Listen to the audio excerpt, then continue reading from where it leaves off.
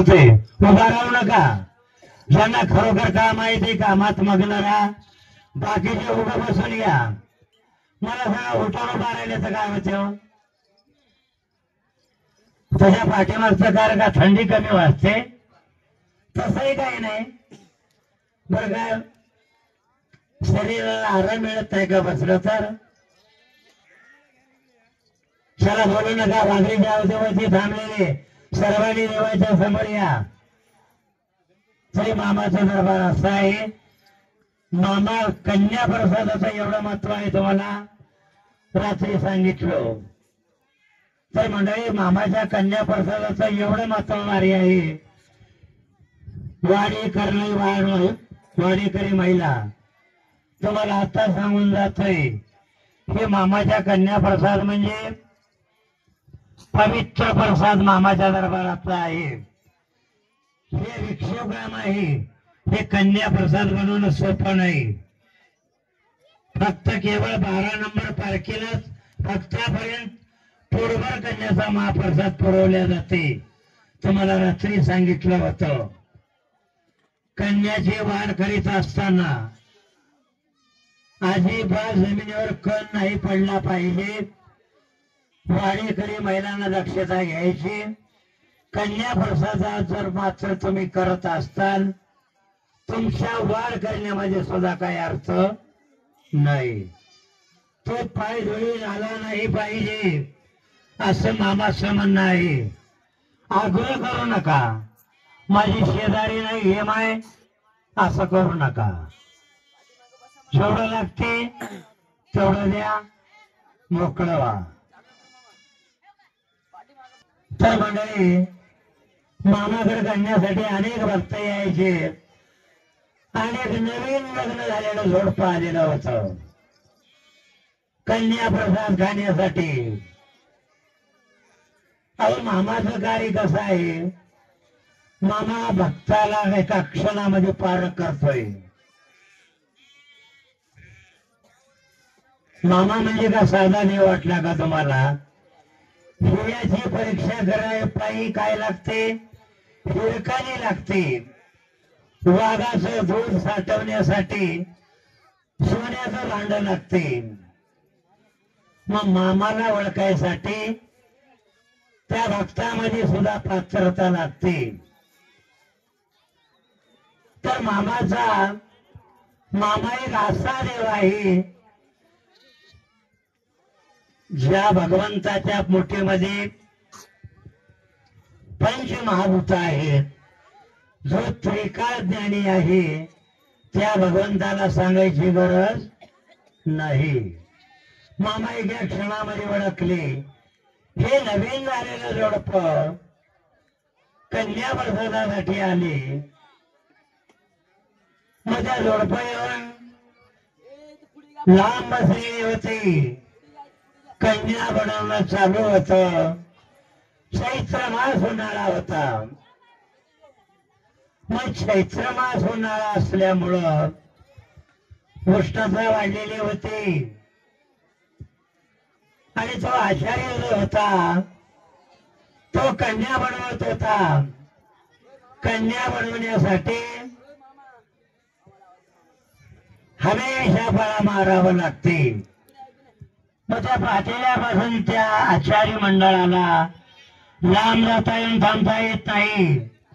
मग गरमी जास्त असल्यामुळं तो आचारी त्या आचार्याच्या डोक्यामधून घाम फुटलेला होता. आणि हे नवीन जोडपं आलेलं होतं. ते बाजूला जाऊन गप्पा चप्पा मारीत बसलेले होते. दोघं पती पत्नी. आणि ती जी मागणी होती त्या आचार्याकडे टक्क लावून पाहत होती. आचार्याचं स्वरूप आचार्य असा होता मी बरा त्याच्यापेक्षा. एवढा काळा कोळसा सुद्धा पांढरा दिसेल. काळा रोज रंगाने काळा असू द्या पण शहरामध्ये व्यंग चेहरा. दिसायला काळा आणि हेंद्रा. त्याच्या डोक्यातून निघालेला घाम नाकाच्या शेंड्यावर येत होता आणि त्या घामाचे थेंब त्या पातेल्यामध्ये पडत होते. कोण्या कशाच्या? कन्या प्रसादाच्या. आता ही माऊली नवीन लग्न झालेली होती. आता तिला मेकअप करायला काय कमी सामान होतं का? नसून टाकून आले ते पाहत होते त्या आचार्याला. त्या डोक्यातून निघालेला घाम त्या कन्याच्या प्रसादामध्ये पडत होता. हे बघितले त्या माऊलीनं हळूच आपल्या मालकाला चिमटा घेतला. ते बघा त्या आचार्याचा घाम पातेल्यामध्ये पडतोय. मी कन्या खात नाही. विठोबाने रात्री कन्याला काय नाव ठेवले होते? अरे अस्वलाचं खाद्य आहे, ते कोण खाणार मामा?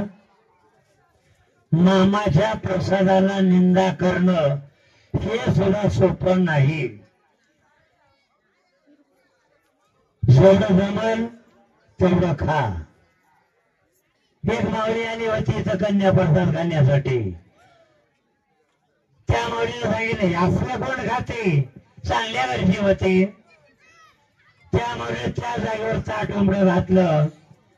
घरी जाऊन पंचपंक्वान बनलं. मामाने त्या माऊलीला जे पाडले आजपर्यंत उठली नाही. एवढी कन्या ताकद आहे त्या मामाच्या.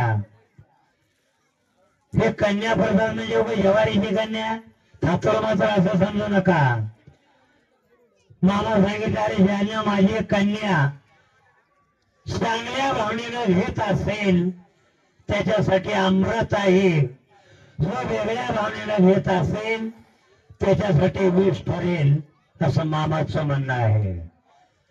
तेव्हा ती माऊली त्या पातेल्याकडे पाहत होती आणि मालकाला सांगितलं. दोघे पती पत्नी पाहत होते. मामाने सर्व भक्त मंडळी प्रसाद घेण्यासाठी उठलेले होते. मामाने आवाज मारली, ए भाई कन्याचा प्रसाद घ्या. सारी कन्याचा प्रसाद घेतात, तुम्ही का दोघे बसले?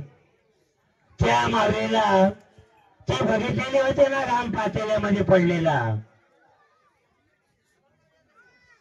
मामाला चटकन लक्षात आलं.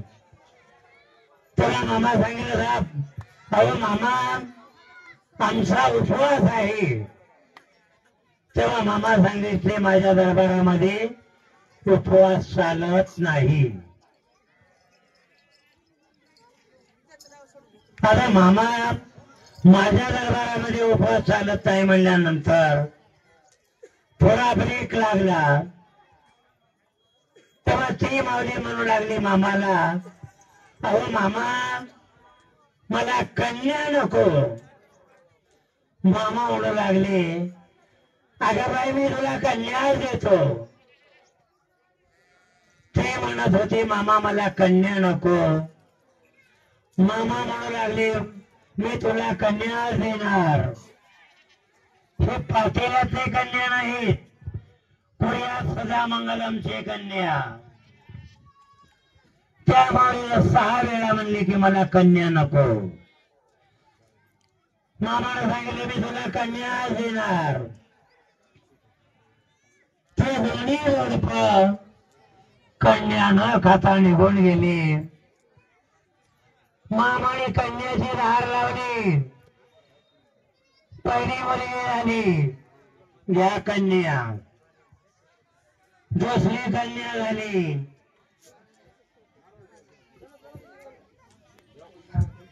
चला बसून घ्या बाबा, सारं देतात. चला पूजा झाली.